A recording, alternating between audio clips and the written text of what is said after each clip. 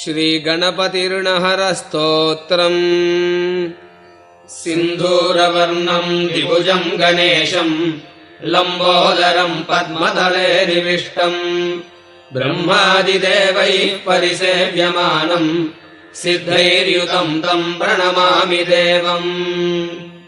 सृष्ट्यादौ ब्रह्मणा सम्यक् पूजितः फलसिद्धये सदैव पार्वतीपुत्रः गृहनाशम् करोतु मे। त्रिपुरस्य वधात् पूर्वम् शम्भुना सम्यगर्चितः सदैव पार्वतीपुत्रः गृहनाशम् करोतु मे। हिरण्यकश्यपादीनाम् वधात् विष्णुनार्चितः सदैव पार्वतीपुत्रः गृहनाशम् करोतु मे। महिषस्य वधे देव्याः गणनाथः प्रपूजितः सदैव पार्वतीपुत्रः गृहनाशम् करोतु मे। तारकस्य वधात् पूर्वम् कुमारेण प्रपूजितः सदैव पार्वतीपुत्रः गृहनाशम् करोतु मे। भास्करेण गणेशो हि पूजितश्चैव सिद्धये सदैव पार्वतीपुत्रः गृहनाशम् करोतु मे। शशिनः कान्तिवृद्ध्यर्थम् पूजितो गणनायकः सदैव पार्वतीपुत्रः गृहनाशम् करोतु मे। पालनाय च तपसाम् विश्वामित्रेण पूजितः सदैव पार्वतीपुत्रः गृहनाशम् करोतु मे। इदम् ऋणहरस्तोत्रम् तीव्रदारिद्र्यनाशनम् एकवारम् पठेन्नित्यम् वर्षमेकम् समाहितः। दारिद्र्यम् दारुणम् त्यक्त्वा कुबेरसमताम् व्रजेत् पठन्तोऽयम् महामन्त्रः सार्धपञ्चदशाक्षरः। इदम् मन्त्रम् पठेन्नित्यम् ततश्च शुचिपावनः 21 सङ्ख्याभिः पुरश्चरणमीरितम् सहस्रावर्तनात् सम्यक् षण्मासम् प्रियताम् व्रजेत्। बृहस्पतिसमो ज्ञाने धने धनपतिर्भवेत्। अस्यैवायुतसङ्ख्याभिः पुरश्चरणमीरितम् वक्ष्याम्यावर्तनात् सम्यक् वाञ्छितम् फलमाप्नुयात्। भूतप्रेतपिशाचानाम् नाशनम् स्मृतिमाधृतः।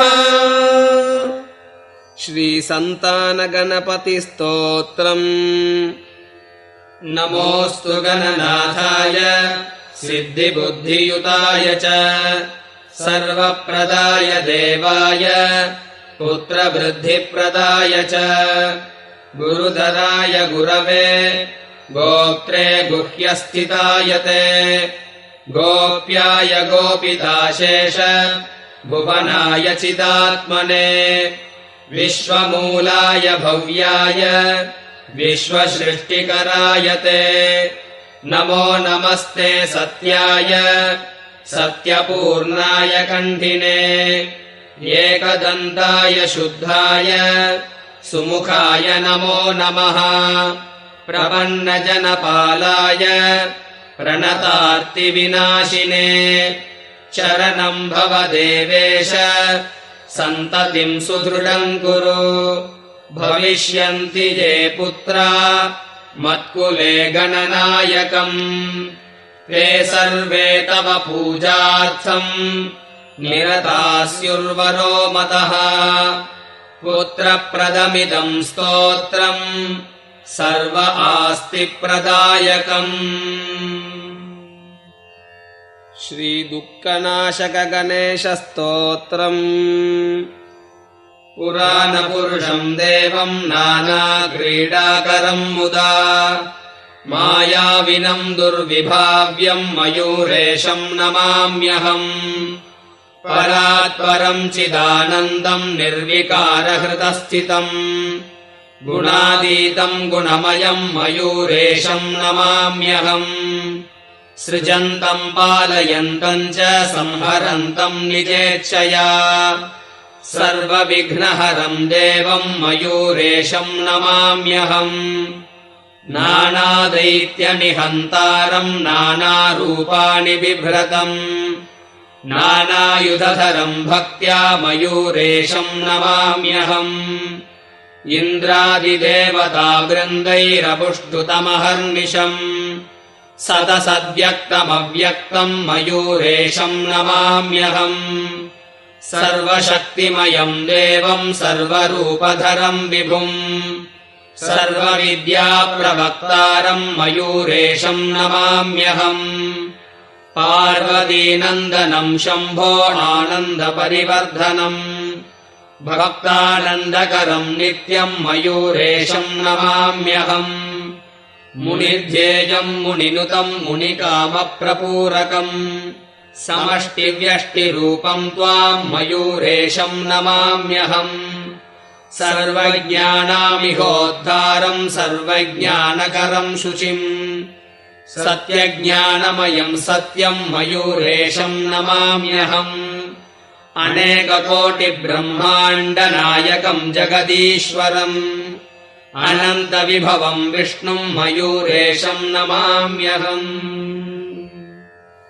विश्वसारतन्त्रमहागणेशकवचम् ईश्वर उवाच शृणु वक्ष्यामि कवचम् सर्वसिद्धिकरम् प्रिये पठित्वा पाठयित्वा च मुच्यते सर्वसङ्कटात् अज्ञात्वा कवचम् देवी गणेशस्य मनुम् जपेत् सिद्धिर्न जायते तस्य कल्पकोटिशतैरपि आमोदश्च शिरः पातु प्रमोदश्च शिरोपरि सम्मोदो भ्रूयुगे पातु भ्रूमध्ये च गणाधिप गणक्रीडश्चक्षुर्युगम् नासायाम् गणनायकः गणक्रीडाचितः पातु वदने सर्वसिद्धये जिह्वायाम् सुमुखः पातु ग्रीवायाम् दुर्मुखः सदा विघ्नेशो हृदये पातु विघ्ननाशश्च वक्षसि गणानाम् नायकः पातु बाहुयुग्मे सदा मम विघ्नकर्ता च उदरे विघ्नहर्ता च लिङ्गके गजवक्त्रः कटीदेशे एकदन्तो नितम्बके लम्बोदरः सदा पातु गुह्यदेशे ममारुण व्यालयज्ञोपवीतीमाम् पातु पादयुगे सदा जापकः सर्वदा पातु जानुजङ्घे गणाधिपः हारिद्रः सर्वदा पातु सर्वाङ्गे गणनायकः यैदम् पठेन्नित्यम् गणेशस्य महेश्वरी कवचम् सर्वसिद्ध्याख्यम् सर्वविघ्नविनाशनम् सर्वसिद्धिकरम् साक्षात् सर्वपापविमोचनम् सर्वसम्पत्प्रदम् साक्षात् सर्वशत्रुक्षयङ्करम् ग्रहपीडाज्वरारोगा ये चान्ये गुह्यकाधयः पठनाद्धारणादेव नाशमायान्ति तत्क्षणात् धनधान्यकरम् देवी कवचम् सुरपूजितम् समो नास्ति महेशानि त्रैलोक्यकवचस्य च हारिद्रस्य महेशानि कवचस्य च भूतये किमन्यैरसतालाभैर्यत्रायुर्व्ययतामियाम् त्रैलोक्यमोहनमहागणेशकवचम् अस्य श्रीमहागणपतिकवचमहामन्त्रस्य शिव ऋषिः गायत्री छन्दः गणपतिर्देवता क्लौं बीजम् स्वाहा शक्तिः गणपतिप्रसादसिद्ध्यर्थे जपे विनियोगः ॐ श्रीं अङ्गुष्ठाभ्याम् नमः। ॐ ह्रीं तर्जनीभ्याम् नमः। ॐ क्लीं मध्यमाभ्याम् नमः। ॐ ग्लौं अनामिकाभ्याम् नमः। ॐ गं कनिष्ठिकाभ्याम् नमः। गणपतये करतलकरपृष्ठाभ्याम् नमः। ॐ श्रीं हृदयाय नमः। ॐ ह्रीं शिरसे स्वाहा। ॐ क्लीं शिखायै वषट्। ॐ ग्लौं कवचाय हुम्। ॐ गं नेत्रत्रयाय वौषट्। गणपतये अस्त्राय फट्। भूर्भुवः सुवरोमिति दिग्बन्धः। ध्यानम् हस्तीन्द्राननमिन्दुचूडमरुणच्छायम् त्रिनेत्राम्रसात् आश्लिष्टम् प्रियया सपद्मकरया स्वाङ्गस्तया सन्ततम् बीजापूरगदेक्षुकार्मुकरुचा चक्राब्जपाशोत्पल व्रीह्यग्रस्वविशानरत्नकलशान् हस्तैर्वहन्तम् भजे। ॐ ह्रूं बीजम् शिरः पातु केवलम् मुक्तिदायकम्। श्रीं बीजम् अक्षिणी पातु सर्वसिद्धिसुखप्रदम्। हृल्लेखाश्रोत्रयोः पातु सर्वशत्रुविनाशनम्। कामबीजकपोलौ च सर्वदुष्टनिवारणम्। ग्लौं गं च गणपतये वाचम् पातु विनायकः। वरबीजम् तथा जिह्वामरम् हस्तयोस्तदा। सर्वजनम् च मे बाहुद्वयम् पातु गणेश्वरः। पातु मेव च हृदयम् पातु सिद्धीश्वरो मम। नाभिम् मे वरदो पातु सर्वसिद्धिविनायकः। जङ्घयोर्गुल्मयोः स्वाहा सर्वाङ्गम् विघ्ननायकः। गणेशस्त्वग्रतः पातु गणपतिः पृष्ठतस्तथा। दक्षिणे सिद्धितः पातु वामे विश्वान्तहारकः। दुर्जयो रक्षतु प्राच्याम् आग्नेयाम् गणपस्तथा। दक्षिणस्याम् गिरिराजो नैऋत्याम् शम्भुनन्दनः। प्रतीच्याम् स्थाणुजः पातु वायव्याम् सिंहवाहनः। कौबेर्यामीश्वरः पातु ईशान्यामीश्वरात्मजः। अधो गणपतिः पातु ऊर्ध्वम् पातु विनायकः। एताभ्यो 10 दिग्भ्यस्तु पातु नित्यम् गणेश्वरः। इदम् कवचमाहात्म्यम् न देयम् यस्य कस्यचित्। यस्य स्मरणमात्रेण मृत्योर्मृत्युर्भवेत् स्वयम्। श्रीगणपतिताळम् विकटोत्कटसुन्दरदन्त्रिमुखम् भुजगेन्द्रसुसर्पगदाभरणम्। गजनीलगजेन्द्रगणाधिपतिम् प्रणतोऽस्मि विनायकहस्तिमुखम्। सुरसुरगणपतिसुन्दरकेशम् ऋषिगणपतियज्ञसमानम्। भव गणपति पद्मशरीरम् जय जय गणपति दिव्य नमस्ते। गजमुखवक्त्रम् गिरिजापुत्रम् गणगुणमित्रम् गणपतिमीशप्रियम्। करधृतपरशुम् गङ्गणपाणिम् कपलितपद्मरुचिम्। सुरपतिवन्द्यम् सुन्दरनृत्तम् सुरचितमणिमकुटम्। प्रणमत देहम् प्रकटिततालम् षड्गिरितालमिदम्। दत्तच्छड्गिरितालमिदम्। लम्बोदरवरकुञ्जासुरकृतकुङ्कुमवर्णधरम्। श्वेतसशृङ्गम् मोदकहस्तम् प्रीतिसपनसफलम्। नयनत्रयवरनागविभूषितनानागणपतितम् तत्तन्नयनत्रयवरनागविभूषितनानागणपतितम् तत्तन्नानागणपतितम् तत्तन्नानागणपतितम् धवलितजलधर धवलितचन्द्रम् पणिमणिकिरणविभूषितखड्गम् तनु तनु विषहर शूलकपालम् हर हर शिव शिव गणपतिमभयम् धवलितजलधर धवलितचन्द्रम् पणिमणिकिरणविभूषितखड्गम् तनु तनु विषहर शूलकपालम् हर हर शिव शिव गणपतिमभयम् कटकट विकलितमत जल जलधित गणपतिवाद्यमिदम् कटकट विकलितमत जल जलधित गणपतिवाद्यमिदम् तत्तद्गणपतिवाद्यमिदम् तत्तद्गणपतिवाद्यमिदम्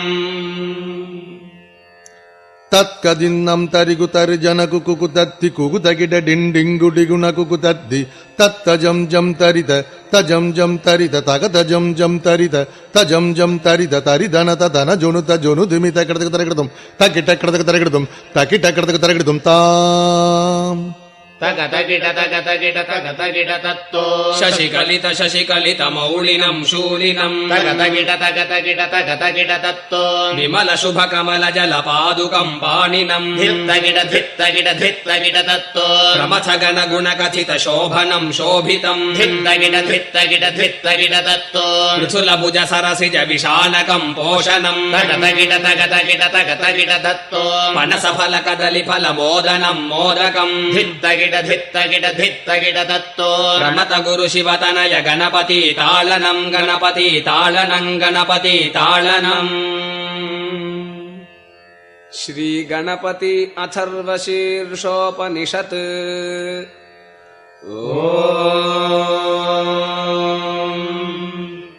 भद्रम् कर्णेभिः शृणुयाम देवाः भद्रम् पश्येमाक्षभिर्यजत्राः स्थिरैरङ्गैस्तुष्टुवागुंसस्तनूभिः यशेम देवहितम् यदायुः स्वस्ति न इन्द्रो वृद्धश्रवाः स्वस्ति नः पूषा विश्ववेदाः स्वस्ति नस्तार्क्ष्यो अरिष्टनेमिः स्वस्ति नो बृहस्पतिर्दधातु ॐ शान्तिः शान्तिः शान्तिः ॐ नमस्ते गणपतये त्वमेव प्रत्यक्षम् तत्त्वमसि त्वमेव केवलम् कर्तासि त्वमेव केवलम् धर्तासि त्वमेव केवलम् हर्तासि त्वमेव सर्वम् खल्विदम् ब्रह्मासि त्वम् साक्षादात्मासि नित्यम् ऋतम् वच्मि सत्यम् वच्मि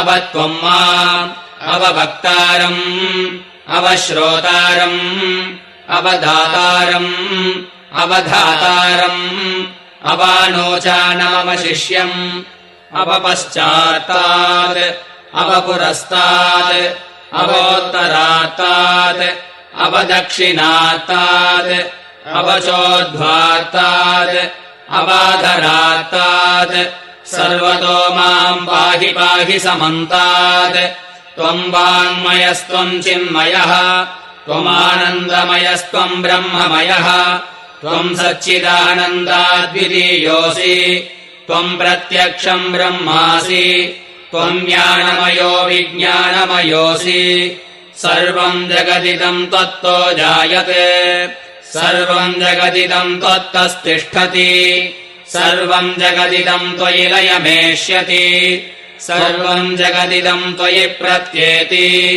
त्वम् भूमिरापो नलो निलो नभः त्वम् चत्वारि वाक्परिमितापदानि त्वम् गुणत्रयातीतः त्वम् कालत्रयातीतः त्वम् देहत्रयातीतः त्वम् मूलाधारस्थितोऽसि नित्यम् त्वम् शक्तित्रयात्मकः त्वाम् योगिनो ध्यायन्ति नित्यम् त्वम् ब्रह्मा त्वम् विष्णुस्त्वम् रुद्रस्त्वमिन्द्रस्त्वमग्निस्त्वम् वायुस्त्वम् सूर्यस्त्वम् चन्द्रमास्त्वम् ब्रह्मभूर्भुवः सुवरो गणादीम् पूर्वमुच्चार्य वर्णादींस्तदनन्तरम् अनुस्वारः परतरः अर्धेन्दुलसितम् तारेण रुद्धम् एतत्तव मनुस्वरूपम् गकारः पूर्वरूपम् अकारो मध्यमरूपम्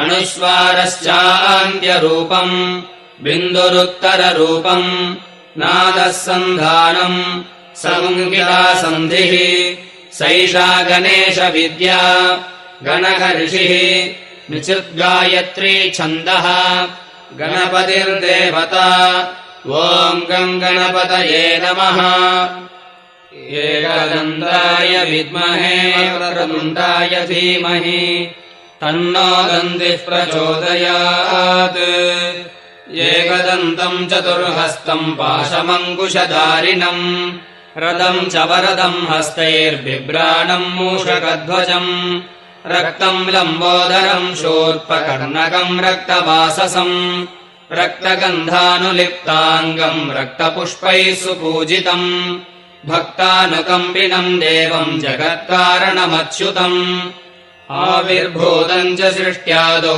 प्रकृतेः पुरुषात् परम् एवम् ध्यायति यो नित्यम् स योगी योगिनाम् वरः ॐ नमो व्रातपतये नमो गणपतये नमः प्रमथपतये नमस्ते अस्तु लम्बोदराय एकदन्ताय विघ्नविनाशिने शिवसुताय वरदमूर्तये नमो नमः एतदथर्वशीर्षम् योधीते स ब्रह्म भूयाय कल्पते स सर्वविघ्नैर्न बाध्यते स सर्वत्र सुखमेधते स पञ्चमहापापात् प्रमुच्यते सायमधीयानो दिवसकृतम् पापम् नाशयति प्रातरधीयानो रात्रिकृतम् पापम् नाशयति सायम् प्रातः प्रयुञ्जानो अपापो भवति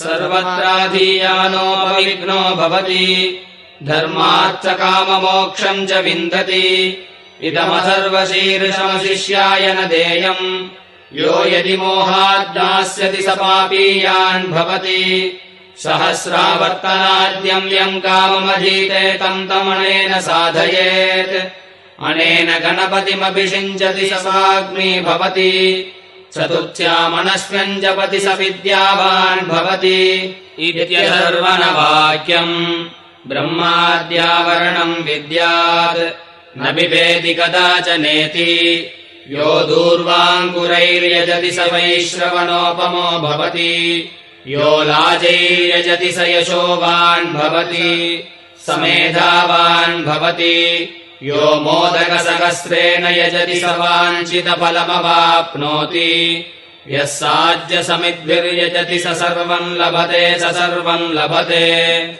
अष्टौ ब्राह्मणान् सम्यग्राहयित्वा सूर्यवर्चस्वी भवति सूर्यग्रहे महानद्याम् प्रतिमासन्निधौ वा जप्त्वा सिद्धमन्त्रो भवति महाविघ्नात् प्रमुच्यते महादोषात् प्रमुच्यते महाप्रत्यवायात् प्रमुच्यते स सर्वविद्भवति स सर्वविद्भवति य एवम् वेद इत्युपनिषत् ॐ भद्रम् कर्णेभिः शृणुयाम देवाः भद्रम् पश्येमाक्षभिर्यजत्राः स्थिरैरङ्गैः स्तुष्टुवागुंसस्तनूभिः व्यशेम देवहितम् यदायुः स्वस्ति न इन्द्रो वृद्धश्रवाः स्वस्ति नः पूषा विश्ववेदाः स्वस्ति नस्तार्क्ष्यो अरिष्टनेमिः स्वस्ति नो बृहस्पतिर्दधातु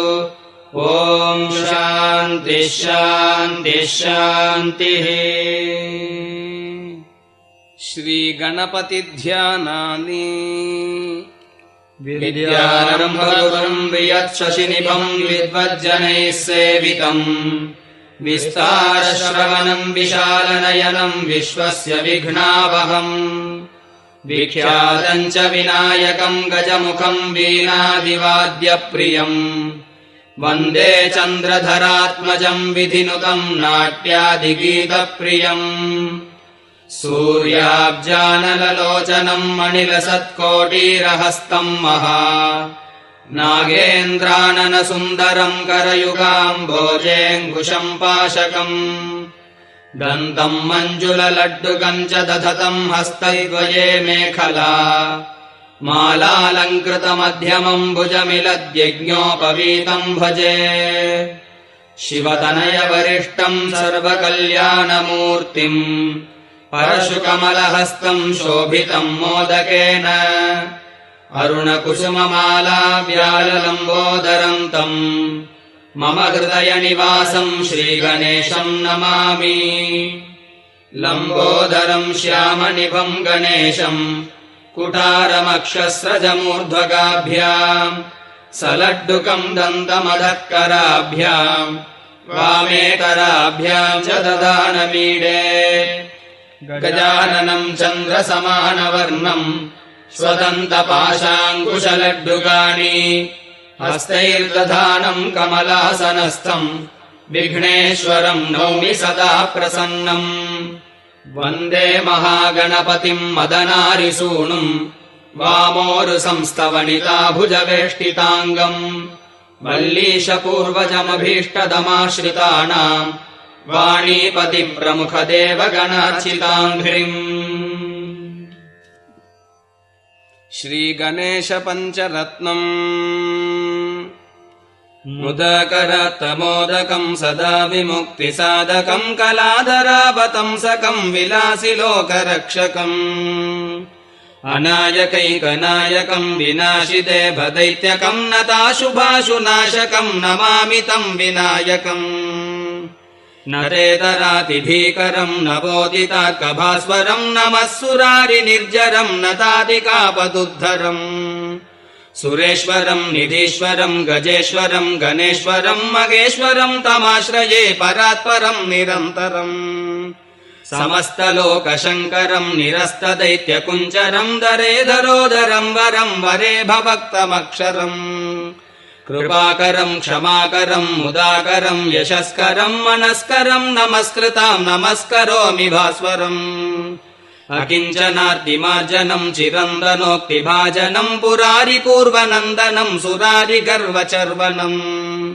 प्रपञ्चनाशभीषणम् धनञ्जयादिभूषणम् कपोलदानवारणम् भजे पुराणवारणम् नितान्तकान्तिदन्तकान्तमन्तकान्तकात्मजम् अचिन्त्यरूपमन्दहीनमन्दराय कृन्दनम् हृदन्तरे निरन्तरम् वसन्तमेव योगिनाम् तमेकदन्तमेव तम् विचिन्तयामि सन्ततम् महागणेश पञ्चरत्नमादरेण योऽन्वहम् प्रजल्पति प्रबाधके हृदि स्मरन् गणेश्वरम् अरोगतामदोषताम् सुसाहितीम् सुपुत्रताम् समाहितायुरष्टभूतिमभ्युपैति सोचिरात् श्रीमहागणपतिहृदयम् अस्य श्रीगणेशहृदयस्तोत्रमहामन्त्रस्य शम्भुर्षिः नानाविधानि छन्दांसि श्रीगणेशो देवता गम्भीरम्